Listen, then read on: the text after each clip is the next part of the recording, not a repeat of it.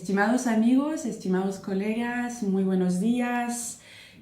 Mi nombre es Aziza Akmush, trabajo en la OCDE, donde estoy a cargo, entre otras cosas, del programa de gobernanza del agua. Es un placer poder comunicar con ustedes hoy, felicitarles por la organización de este foro de gobernanza del agua y pedirles disculpas por no haber podido viajar y participar en este evento con ustedes. Unas palabras de introducción quizás para compartir con ustedes uno de los mensajes que se desprendieron del trabajo que llevamos un par de años haciendo con México en términos de políticas del agua y decirles lo relevante que es esta reunión de hoy, no solo para la cuenca del río Bravo, pero para el país en su conjunto. México, como saben, y como miembro de la OCDE, siempre ha sido un campeón de los temas del agua y siempre ha sido un buen ejemplo del mensaje que mandamos a nuestros países miembros a lo largo de los 10 últimos años, que se organiza básicamente en torno a 3 puntos. El primer punto es que el agua es un tema de desarrollo sostenible. El manejo adecuado de las políticas del agua es instrumental para lograr el desempeño económico, social y ambiental de los países. Y no es solo, como muy a menudo se suele considerar, un tema sectorial o para ambiente o para agricultura o para energía. Realmente, y la adopción de la Agenda 2030 lo muestra hoy con un objetivo de desarrollo sustentable dedicado a los temas del agua, además de varias metas del agua en distintos objetivos de desarrollo sustentable,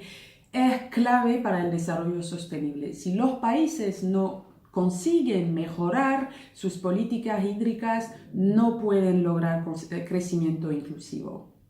El segundo punto en este mensaje, al contrario de lo que solían pensar muchos de los países de la OCDE, que cuando se trata de las políticas del agua no hay una diferencia entre países desarrollados o no desarrollados, países avanzados en términos económicos y de bienestar y países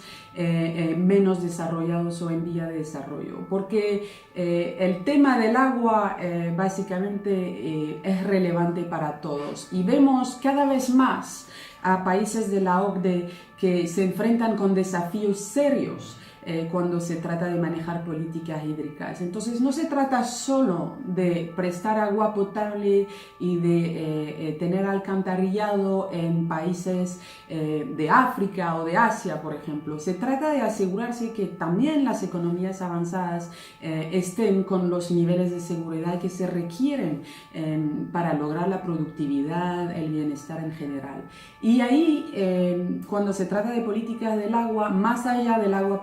potable y saneamiento, se trata de manejar inundaciones, se trata de manejar escasez y se trata de manejar contaminación. Y estuvimos realmente mandando la señal a nuestros países de la OCDE que muchos de ellos se estaban enfrentando con estos desafíos debido al cambio climático, al crecimiento poblacional, a las tendencias de urbanización. Y que las cosas, si no se manejan a tiempo, van a ser cada vez más un desafío para los tomadores de decisión. Y vemos que la demanda del agua va a aumentar en un 55% entre hoy y el 2050, que 4 billones de personas van a vivir en situaciones de escasez hídrica y que aún los países que hoy tienen cobertura universal se están enfrentando con desafíos a la hora de renovar esas infraestructuras que muchas veces se financiaron con inversión pública y que en este contexto de consolidación fiscal ya no es posible para la mayoría de ellos. Entonces, ese segundo mensaje de que hace falta una gestión sistémica de los distintos riesgos del agua, es muy importante para los países. Y el tercer mensaje que mandamos, que muchas de las soluciones técnicas, incluso en términos de infraestructura, las conocemos. Sabemos cómo aportar agua en áreas que no tienen agua, sabemos cómo construir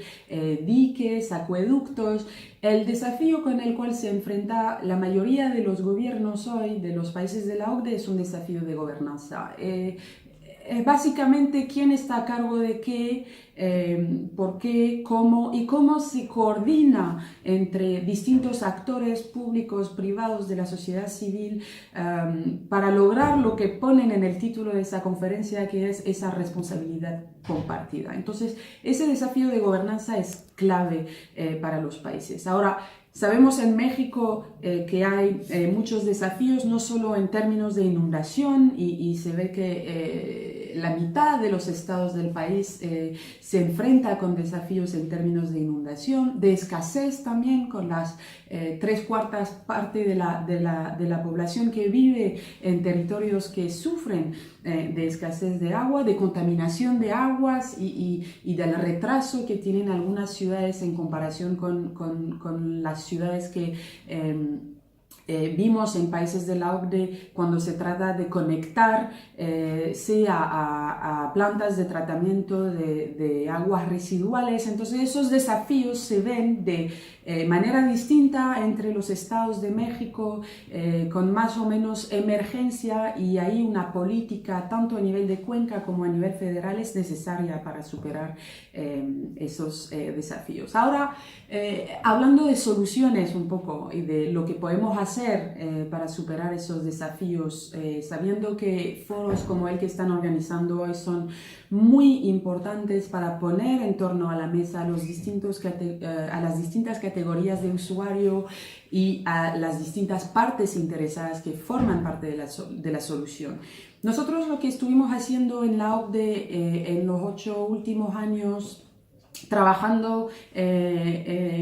muy cerca a distintos países, incluso México, es básicamente analizar y fomentar un diálogo y recomendaciones de políticas en base a datos neutros, objetivos, en distintos países sobre los riesgos del agua, el desempeño de las instituciones del agua y las soluciones que se recomiendan al respecto. Trabajamos mucho con